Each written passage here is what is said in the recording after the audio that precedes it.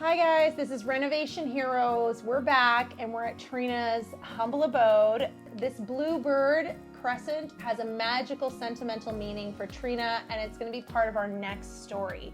And this woman, when I met her, I just knew we had to be friends. I knew we had a destiny to be aligned, and Trina Elizabeth, she really means God's promise. That's what her name means, and I felt that. So Trina, how did you come upon this house? How did this land in your lap? That is a long story. the sweet and short of it. At some point, I lost my kids, lost my husband, lost my mind, all the things. And in that journey of healing that I've been on in the last couple of years, last spring, a year ago, I was really not doing well. I was struggling with suicidal ideation, self-harm, obsessive thoughts. It was almost like a reenactment because it was a memory of what had happened when I was a young mom, when I didn't have the full knowledge of understanding of what was going on in my body and why I was feeling things and why I was losing emotional regulation.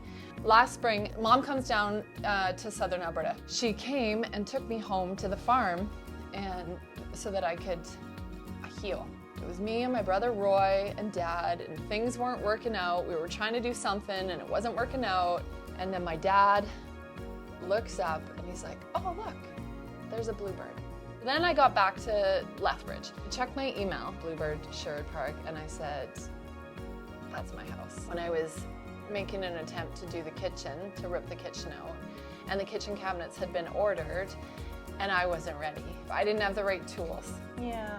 So we're trying to use like a little hammer, and it was just kind of a mess. It was the day before my daughter's 18th birthday, so like remembering that day 18 years ago. When I was in the hospital over here at the Grey Nuns, and okay, you're pregnant and you've built this baby, but you're not ready for the baby. Yeah. And you're just like, no, I'm not ready for you. I haven't actually made space for you. Yeah. And so on the day that she was born right on time. Yeah. She showed up when she was supposed to.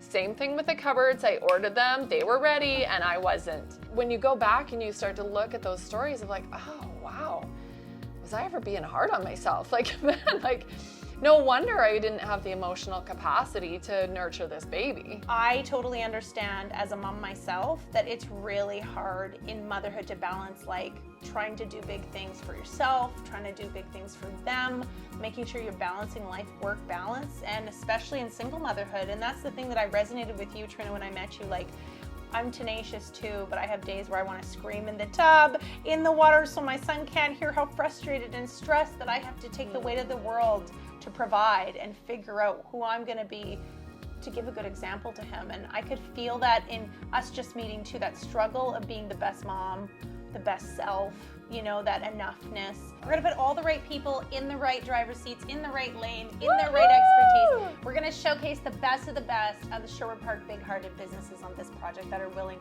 to come, and they also understand what it's like. Yeah. Being a parent is tough, being a businesswoman is tough, and dealing with ourselves is the toughest job we'll ever do. It's a lifetime journey. Yeah. To like healing and figuring out and being our aligned, perfect, like destiny that we're meant to live on. And you're doing it. You're doing so many beautiful things, helping people. I'm a promoter too.